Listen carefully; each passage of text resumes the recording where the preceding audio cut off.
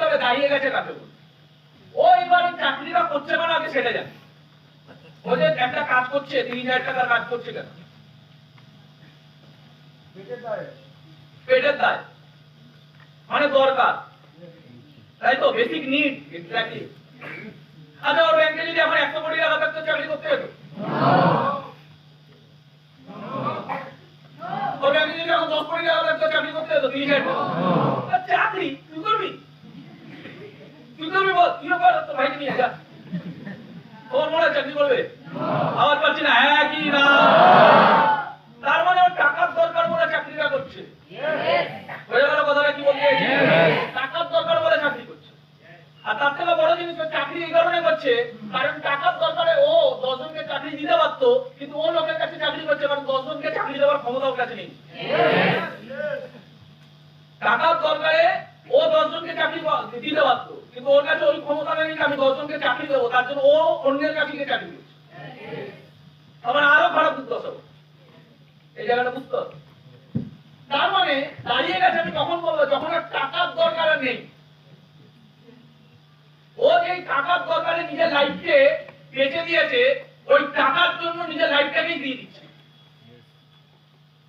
গাড়ির জন্য পেট্রোল না, পেট্রোলের জন্য গাড়ি না। গাড়ির জন্য পেট্রোল লাগে তাই আমি গাড়ি, তাই তো? পেট্রোল কেন করি? গাড়িতে লাগে তাই। গাড়ির জন্য পেট্রোল, লাইফ চালানোর জন্য টাকা। একই জন্মেছি টাকা কামানোর জন্য। লাইফের জন্য টাকা না টাকার জন্য লাইফ? লাইফটাকে বেস্ট করার জন্য একটাই লাইফ পেয়েছি, এটাকে বেস্ট অফ দ্য বেস্ট লেভেলে যাওয়ার জন্য টাকার দরকার। তাহলে লাইফটাকে বেস্ট করার জন্য টাকার দরকার। তাহলে তুমি লাইফের জন্য টাকা কামানোর জন্য লাগায় যদি টাকার জন্য লাইফ বেঁচে দিচ্ছ, তাহলে এটাকে কি বলা যাবে? মূর্খামি। কথাগুলো বোঝো আমি কি বলছি? ভারতবর্ষে 95% মানুষ কোনোদিন এটা বোঝেনি। এটা একমাত্র বুঝেছে যারা ওয়েলদি মাইন্ডেড পিপল, তারা। লাইফের জন্য টাকার দরকার ছিল, ও টাকা কামানোর চক্করে লাইফ বেঁচে দিল। এই পৃথিবীতে কোন এমন জিনিস আছে যেটাকে টাকা দিয়েও আর কেনা যায় না? টাইম। টাকা ফেললে রোলস রয়েস চলে আসবে, টাকা ফেললে অ্যাপেল চলে আসবে, টাকা ফেললে ল্যাপটপ চলে আসবে, টাকা ফেললে বাড়ি চলে আসবে, টাকা ফেললে গাড়ি চলে আসবে, টাকা ফেললে সব চলে আসবে, টাকা ফেললে টাইম আসবে। তাহলে ভগবানের দেওয়া একমাত্র ইম্পর্টেন্ট রিসোর্স যেটা আর ফেরত আসবে না টাকা ফেললেও। কেউ যদি মরে যায়, ও 500 কোটি টাকা দিয়েও ভগবানের কাছ থেকে 5 মিনিট নিতে পারবে না। মাইকেল জ্যাকসন 50টা ডক্টর রেখে দিয়েছিল। মাইকেল জ্যাকসনের কাছে best of the best treatment ছিল, best of the best hygiene maintain করতো। মাইকেল জ্যাকসনের স্বপ্ন ছিল 150 বছর বাঁচার। মাইকেল জ্যাকসনের যখন মরার, মাইকেল জ্যাকসন এত কিছু করেও 5 মিনিট এক্সট্রা বাঁচতে পারবে। তাহলে সবথেকে ইম্পর্টেন্ট রিসোর্স কি? টাইম। সবথেকে ইম্পর্টেন্ট রিসোর্স হলো টাইম।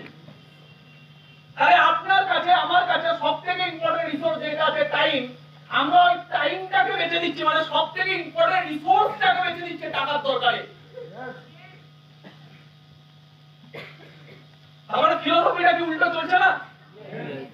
ফিলোসফিটা উল্টো চলছে কি চলছে না? তাহলে টাইম ইজ মানি, কথা বলে টাইম ইজ মানি। টাইমটা গুরুত্বপূর্ণ, টাইমটাকে কাজে লাগাতে হবে টাকার জন্য। টাইম ইজ মানি, আর আমরা মানির জন্য টাইম বেঁচে দিচ্ছি। কেন গরিব গরিব থাকে? কেন গরিব তার 14টা জেনারেশন বড় হতে পারে না? বিকজ ওয়েলদি মাইন্ডেড আপনি। আমার টাইমটা আমার কাছে ইম্পর্টেন্ট, এইটা যে বুঝেছে, আর টাইমটাকে কি করে কাজে লাগাতে হবে এইটা যে বুঝেছে। বড় লোকেরা কি করে? ওয়েলদি পিপলরা কি করে? ওয়েলদি পিপলরা মুকেশ আম্বানি নিজের টাইম বেঁচে দিচ্ছে টাকার জন্য, না টাইম কিনছে? ডিফারেন্সটা বুঝতে হবে। মুকেশ আম্বানি কি টাইম দিচ্ছে, টাইম বাঁচছে, না টাইম কিনছে? তাহলে গরিব মানুষ কারা? মিডল ক্লাস কারা? টাকার জন্য স্ট্রাগল করছে কারা? যারা টাকার জন্য টাইম দিচ্ছে। আরেকটা গরিব ঘরের মানুষ কি করে? টাকা দিয়ে টাইম কিনছে। তোমার এই দুটোর মধ্যে একটা আসতে হবে। হয় তুমি টাকা দিয়ে টাইম কিনছো,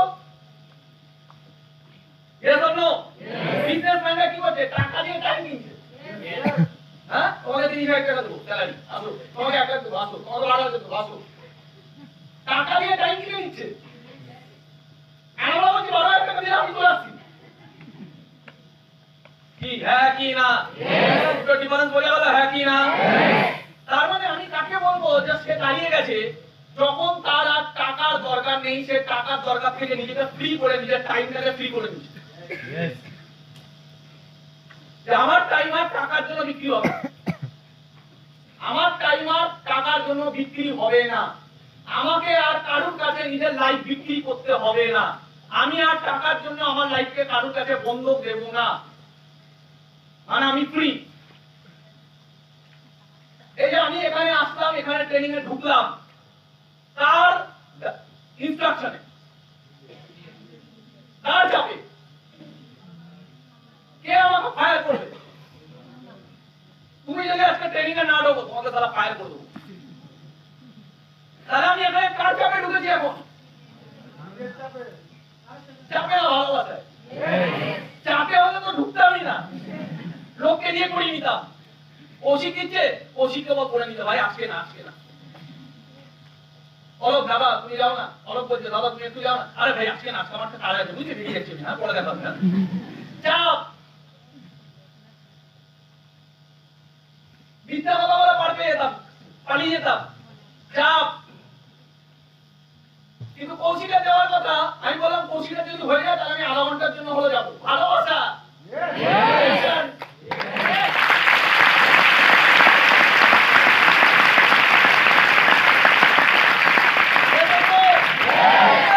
কটা টিচার আছে যারা আজকের দিনে দাঁড়িয়ে হাজার হাজার লাখ লাখ মানুষের কাছে হাততালি পায়?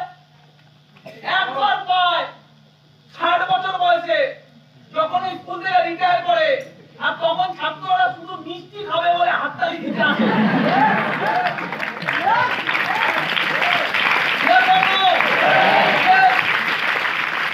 60 বছর বয়সে একবার হাততালি পেয়েছে জীবনে, একবার, ওয়ান টাইম রেকগনিশন।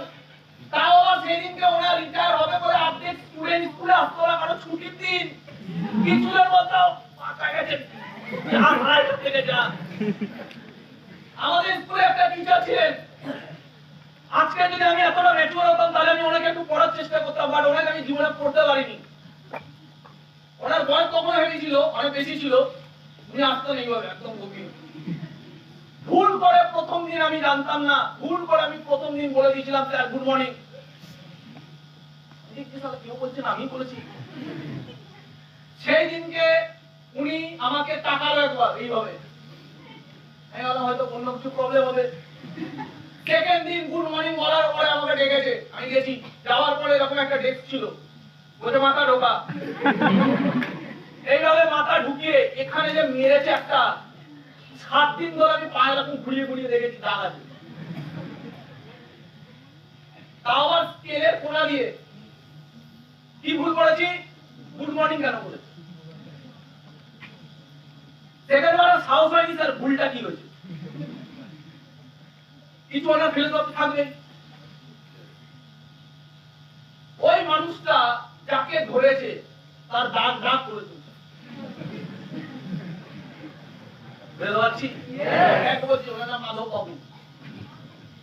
উনি যেই দিনকে রিটায়ার করেছে সেই দিনকে আমরা দাঁড়িয়ে আছি, হাততালি মারছি খুশিতে,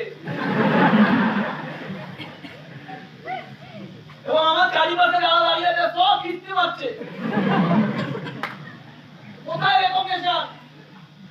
লাইফে একবার হাততালি পায়, তাও চলে যাওয়ার জন্য। আবার পাচ্ছি না, হ্যাঁ কি? চলে যাওয়ার জন্য হাততালি পায়। কোচিংয়ে পড়ায়, জীবনে কোনোদিন হাততালি পেল না, কোচিংয়ে পড়ায়। যেই স্টুডেন্ট গুলো ছেড়ে দেয়, সেই স্টুডেন্ট গুলো 5 বছর পর তাকে পৌঁছে না, কোনো বন্ডিং নেই। স্যারও স্টুডেন্টদেরকে ভুলে যায়, সব ছাত্র পয়সা ধান্দা, স্টুডেন্টও স্যারকে ভুলে যায়, স্যারের সামনে থেকে যাচ্ছে সিগারেট খেতে খেতে।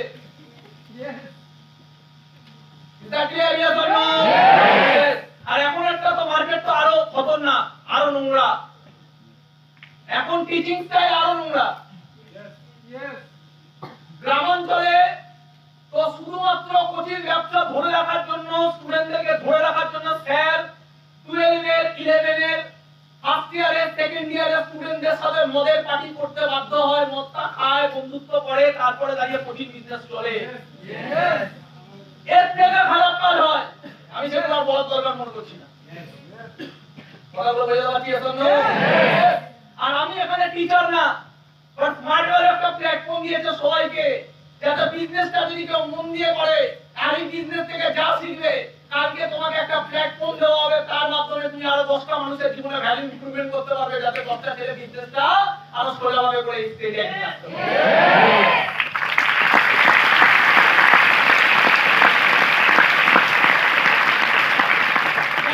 হাজার হাজার লাখ লাখ মানুষের সম্মানটা তোমাকে দেয়। স্মার্ট ওয়ারে তোমাকে রিয়েলি টিচারের যে ওরা হয়, রিয়েলি টিচারের যে দরজাটা হয়, সেটা তোমাকে দেয়। স্মার্ট ওয়ারে যে কেউ স্টুডেন্ট না, আজকে যে স্টুডেন্ট কালকেও সে স্টুডেন্ট থাকবে, আর আজকে যে স্টুডেন্ট কালকে সে টিচারও হবে। Is that clear?